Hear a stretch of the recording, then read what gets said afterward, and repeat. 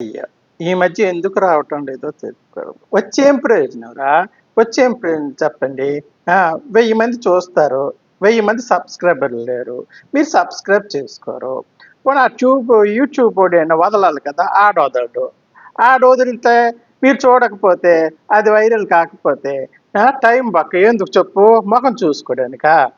మొఖం చూసుకొని వీడియో చేసుకోడానికా? అలా కాదు నాయనా. ఆ! టాలెంట్ ఉన్నప్పుడు ఆ టాలెంట్‌ని గుర్తిస్తే ప్రజలు బాగుంటుంది. అంతేగాని మొఖం చూసుకోవడానికి నేను వీడియోలు పెట్టడం లేదురా. ఏ గొల్లిగాడైనా సినిమా వోడో, టీవీ వోడో లేకపోతే ఇప్పుడు షార్ట్ ఫిల్మ్ తీస్తున్నారో వాళ్ళో ఎవరో చూసి నన్ను పిలుస్తారేమో అనుకున్నాను. ఏ గొల్లిగాడికి పిలటం లేదు. అంటే నాకు నటన నిజమైన నటన, సహజమైన నటన వాళ్ళకి నచ్చటం లేదు. రికమెండేషన్ నటన నచ్చుతున్నవా? ఆ రికమెండేషన్ నా వల్ల కాదని నేనే వీడియోలు తగ్గించుకుంటున్నాను. సబ్స్క్రైబ్ చెయ్యి. చేస్తే నేనొస్తాను. ఉంటాను.